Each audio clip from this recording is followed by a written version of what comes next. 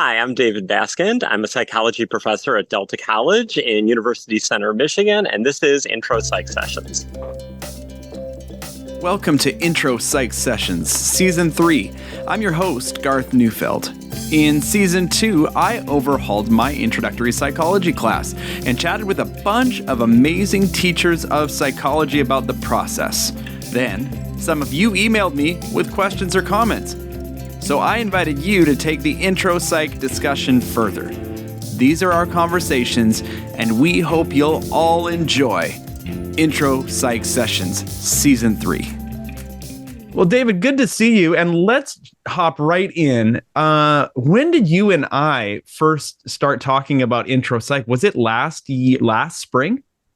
Yeah, it was just a few months ago, actually. So at Delta College, I was part of our psychology faculty, and we were awarded an endowed teaching chair grant where we got money to kind of revise and look at what we're doing in our intro psych course. One of the things we did was we read your book, and then as fate would have it, went down to a conference in Texas, and there you were. And we got to chat a bit. We had drinks and dined along the riverfront there in San Antonio. And yeah, it was just in the spring that we met. Yeah, that was great. So cool to have those opportunities. And I love how things happen so organically at conferences. And, yeah. You have a pup?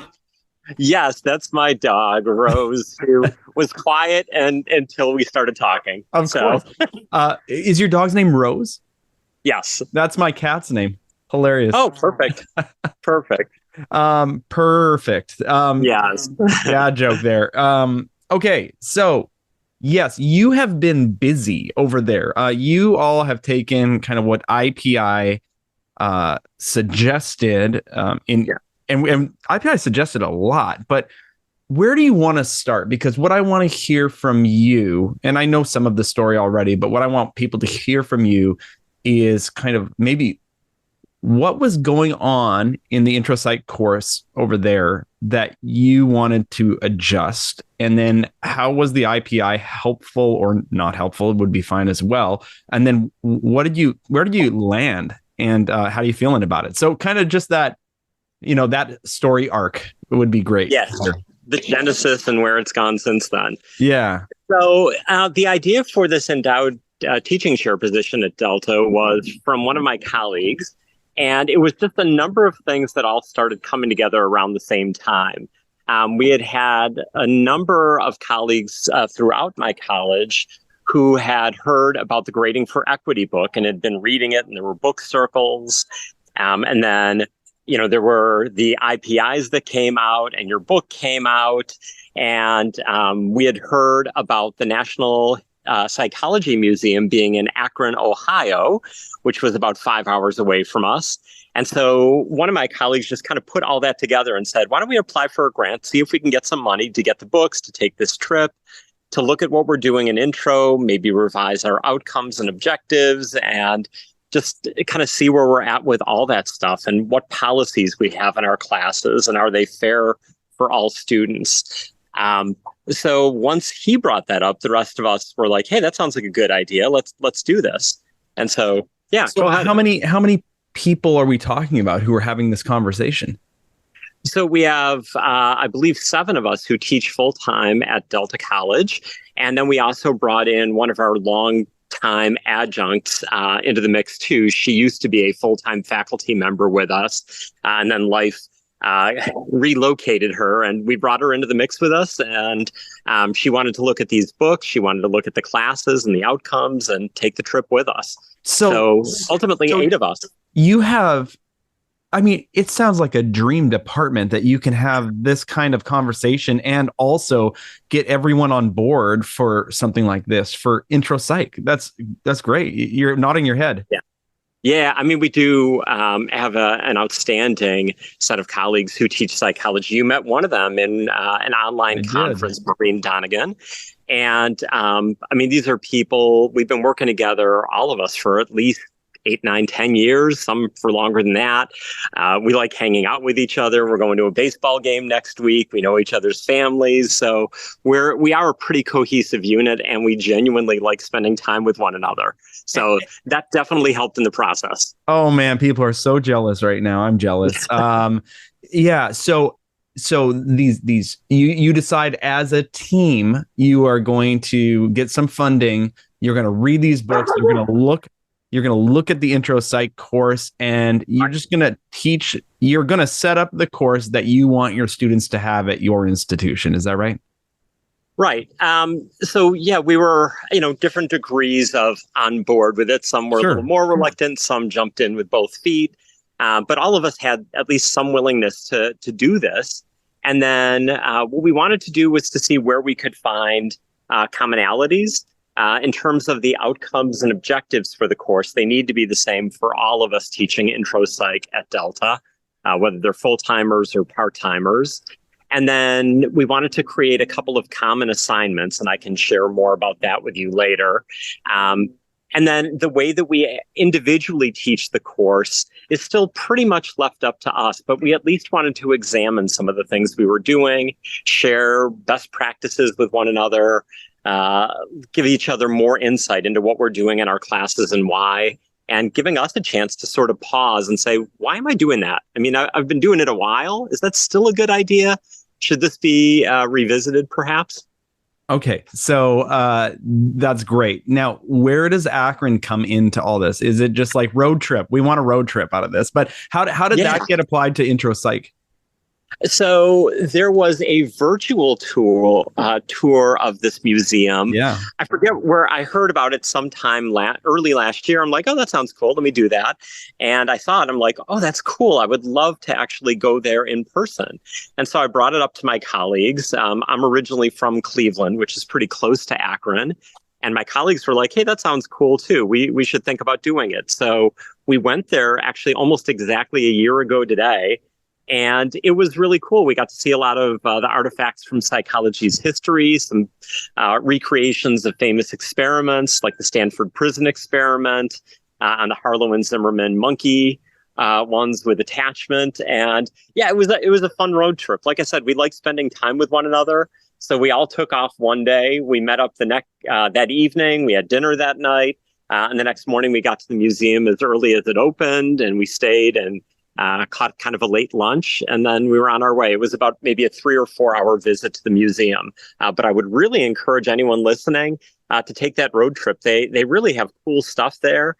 You could spend, a good 3-4 hours there if you're, really into psychology, like I'm guessing everyone listening to this podcast is. Well, and yeah, so they have all those kind of classic kind of displays, but they also have, and I'm learning about this, that the archives are supposed to be really, really interesting. And so I've never been there to dig through it, but it's on the plan. It's kind of part of the plan to get out there for the future. And if we do, PsychSessions will definitely kind of hopefully record a couple episodes from there. That'd be kind of fun. So yeah, I got to lay down on a recreation of Freud's couch. So that was kind of cool for the photo ops for me and my colleagues. Oh, that's great. That's great. All right. So obviously probably had some good conversations with your colleagues as a part of that, just some time together where you can talk about psychology. When did you start making changes? So that's a year ago. You're reading these books. Yeah. How did the changes come about, and what did you settle on for course outcomes and things that you were gonna activities that you're gonna do in your classes? Yeah. So we read the books over the course of the past year, the Grading for Equity one and your publication also, and then we had monthly meetings where we talked about the readings and we talked about grading policies, and we talked a good bit about the outcomes and objectives in our course, our intro psych course. And we did revise the outcomes and objectives a little bit. The biggest change we made there was to just incorporate more about diversity and how psychology values diversity. And, we benefit from the diversity that society has. So that's one of our kind of North Stars, one of our guiding principles these days. And then we also talked quite a bit about a couple of policies in particular that Grading for Equity brought up.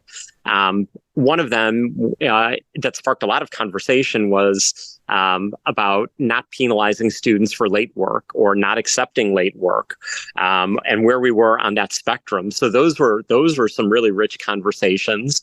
And then, as I mentioned, we also worked on creating a couple of assignments that we all could use. And we decided that for the upcoming year, we want all of us to use one or the other. You can use both if you want to. They're graded assignments, and they both actually speak to diversity a bit. So those are some of the things we did. It was a pretty busy year. And two of my colleagues, including, Maureen, myself, and Susan Harvey, the three of us also presented at Midwest Psychological Association in the spring. I think that was April. Yeah, so that's interesting, right? When you get when you get to give a talk related to something like this, it really starts to organize things for you. Like, what did we actually do, and what did we actually come up with, right? Were there any surprises? Were there any things that you wanted to get to but you never did? How did the plan work out for you, or are you still in process? Yeah, so I mean, this year, so we revised the outcomes and objectives, which officially take place starting next month. So that's, the way that we describe the course to students has a little bit of a different flavor. It's not radically overhauled, but different. And the IPIs have also been really important in terms of getting us to consider which subjects we want to approach during the course of the year. So as we know, Intro Psych is such a broad course, and there's so many important, cool, interesting, challenging things to discuss with our students. And trying to cover it all is not only challenging, but I would say probably a mistake. And I felt like the IPIs were really liberating to say that you don't have to cover everything that's typically in an Intro Psych book. So that was one of the most helpful parts for me. Yeah, I think we all felt a bit of relief when it's the pillar model came out a few years ago, but I share that sense of relief of I knew I couldn't do all this well, and now somebody's validating it and saying no, it's okay to not do it all. Yeah, well, yeah, exactly, and it's not. In fact, it's not fair to students, and especially for me in a quarter system, but I think in any term system, one semester system, I don't think it's real fair for students to have to, and it's just not, students can't learn it all. Okay, so can I share with you? Can I share with you an analogy? I've been using for a while with Intro Psych. I guess I've kind of looked at it as one of those all-you-can-eat buffets, because man, there's a lot of stuff there, and you kind of want to try all of it. But if you try all of it, or if you eat too much of any one thing, you're going to regret it. So my take is, want a little bit of this, a little bit of this. We might pass on that, even though it looks good. We might go back for seconds on this. But I want a sample of number of things, but I know I'm not going to eat it all. It's so good. David, I was in Southeast Asia with my family, and we were on vacation at some beaches and stuff. And for all of these, it's just a thing out there. When you get your hotel, they include this, a pretty amazing buffet breakfast at many different places. So we probably hit 3 different hotels that had this amazing buffet breakfast, and it was so on the first day amazing, second day really amazing. By the 4th or 5th day, I'm like, I can't even look at a buffet, and the food remained very good, like a lot of different kinds of cuisines, and I just couldn't do it. So there's something there as well. I like food analogies whenever given the opportunity. Oh wow, yeah. So are you assessing these shared assignments that you're doing? Yeah, we're going to. So, some of us have used the assignment in the past, but they've all been revised a bit. Some of us experimented with them over the summer, but we're really going to be looking at the results in the upcoming year. Yeah, talk to me. What are those assignments? I know you said they're kind of diversity focused, but can you give me an example of one? Yeah. So the two that we settled on, and I'm going to give you a very brief version of them. So one of them is the implicit associations test. Yeah. That I think a lot of us are familiar with. I've never used it as an assignment in any of my classes. Some of my colleagues have, some haven't, but that's going to be one option, is for students to take it and kind of reflect. What did you get out of this? What did you learn? What frustrated you? Has this caused you to take a new look at anything you're doing? Has this opened your eyes to anything? And the other assignment is more about privilege. So it's a black and white film. It was created in Atlanta. I forget who's behind it. It may have even been the Atlanta newspaper. But basically, it's a bunch of people on a stage, and you take one step forward if you have this in your life, one step forward if you have this, one step backwards if you have this. And it's just kind of to make students more aware of the privileges that they have or those that they lack. And they're encouraged also to reflect on people who are in a very different situation than they are, and what privileges or lack thereof they have. So I'm going to be using that one. That one seemed more doable to me. And so I'm really curious to hear how they're both going to go for myself and for my colleagues. Yeah. How do you work that second one in? Okay. By the way, I don't think there's a right answer to this, but talk to me. How are you going to process that privilege video with students? Yeah, that's still a bit to be determined. It's a chance for students, again, to do some reflection. And, I hope that they take the opportunity to really do that, and to either appreciate where they're at in life, to maybe help others who don't have those advantages, or for those who are maybe lacking a lot of privileges, just to recognize, I guess, to feel a little bit more seen, to know that there are other people who realize that, yeah, okay, that maybe I grew up with more money than you did, or, with both parents, and they treated me well, and that's something that maybe others don't have. Yeah. So I'm curious to see how it's going to turn out. I really don't know totally what to expect.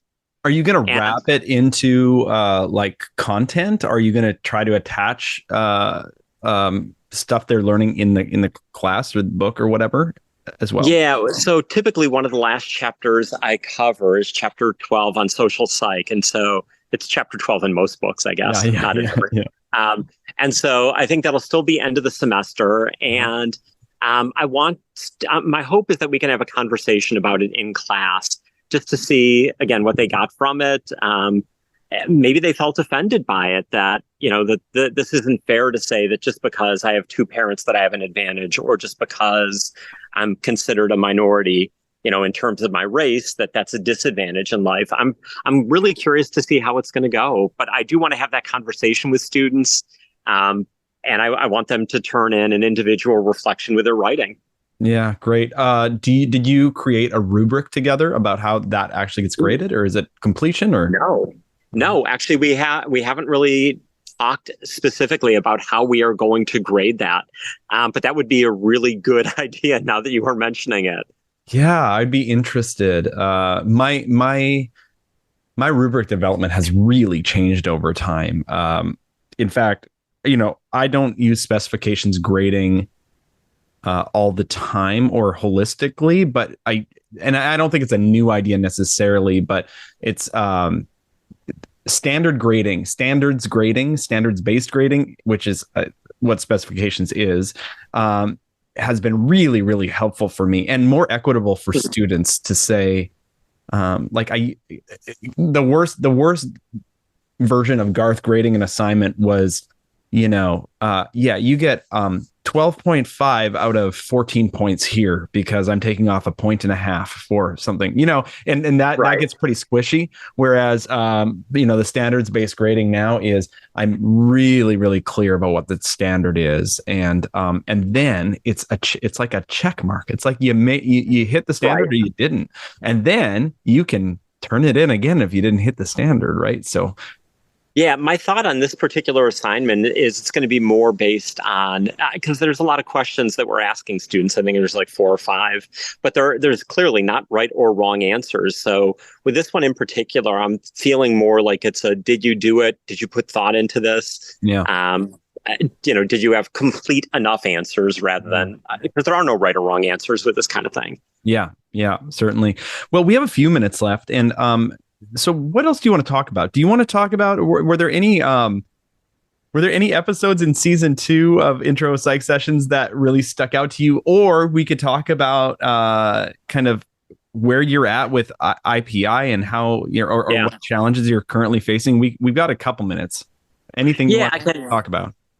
Yeah, I can touch on both of those a little bit. So one of the episodes that I gravitated towards was the one from my fellow Michigander, David Myers. It was really interesting hearing the conversation. And I know you guys, when you chatted, were talking about the crime rate.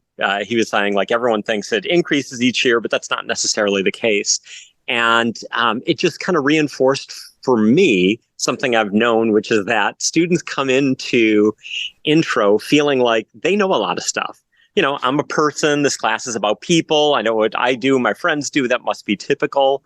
And it was a good reminder that just because you think it is so, and just because everyone you know does X, it doesn't mean that that's typical for everyone. And it doesn't mean that you're necessarily right. Yeah. So we have a valuable role when teaching intro psych to really clear up a lot of those misconceptions that people have. And we can't clear up all of them, but just to talk about the fact that we are a science-based field. We rely on data. It's not enough to say, well, this is what I think, and this is what my friends do. We've got to rely on science and data. So I thought that was a really interesting conversation you guys were having. Yeah, it's so interesting because the each person, and I even hear it in your story today, even though you did this as a team, we really do bring ourselves to our classes. And that's something I'm thinking a lot about these days. And for Dave, that's what he's passionate about. He wants students to be psychologically literate, scientifically literate. I'd say that's like his big thing, right? And so I think it was some of the, I don't want to pat myself on the back, but it was some of the success of season 2 was just tapping into people's passions, right? And for you have this passion, and your colleagues have a passion to make sure students are leaving intro psych with a value of diversity and knowing that psychology values it as well. Yeah. Yeah, and science. I love that the IPI, had science as the bedrock of those pillars. Yeah. That this is what we rely on. It's not just, well, I think and I feel. It's, here's what we have evidence, we have data, we have numbers, and it doesn't mean that we're going to study every single person and account for everything. But we look at the numbers and see where they guide us. Yeah. The other thing I was going to mention to you real quick before I forget is just I admire your courage in trying so many new things and being willing to look at what you are doing and overhaul everything if possible. I'm someone who much prefers doing what is familiar and comfortable to me. Trying new things is a challenge. It really is. So that's something I've been working on for myself, for a little while. And I think just looking at things with fresh eyes is helpful, but at some point, taking a leap and trying something a little bit new, a little bit different, something maybe out of your comfort zone. I think it's good for most people. And I know that a lot of my biggest joys in life have come from getting outside of my comfort zone. Takes more work and effort though, but man. Yeah. Well, thanks for that. And I like what you said, being out of our comfort zone. I think there's something about authenticity. I think it's okay to say we don't know, even though this is our jobs, that we don't always know how to. We know something about teaching. But there's a lot we don't know about teaching still because we haven't done it, right? And so reimagining it is really fun. David, I've had a pleasure It's just been my pleasure to get to know you this spring, and I hope that we can stay in touch. And Likewise. I hope those assignments go well. I'd love to hear back from you about how they go. So thanks for being here. I really appreciate you taking the time. Yeah, it's been a pleasure. Good hanging out with you. Yeah, thanks.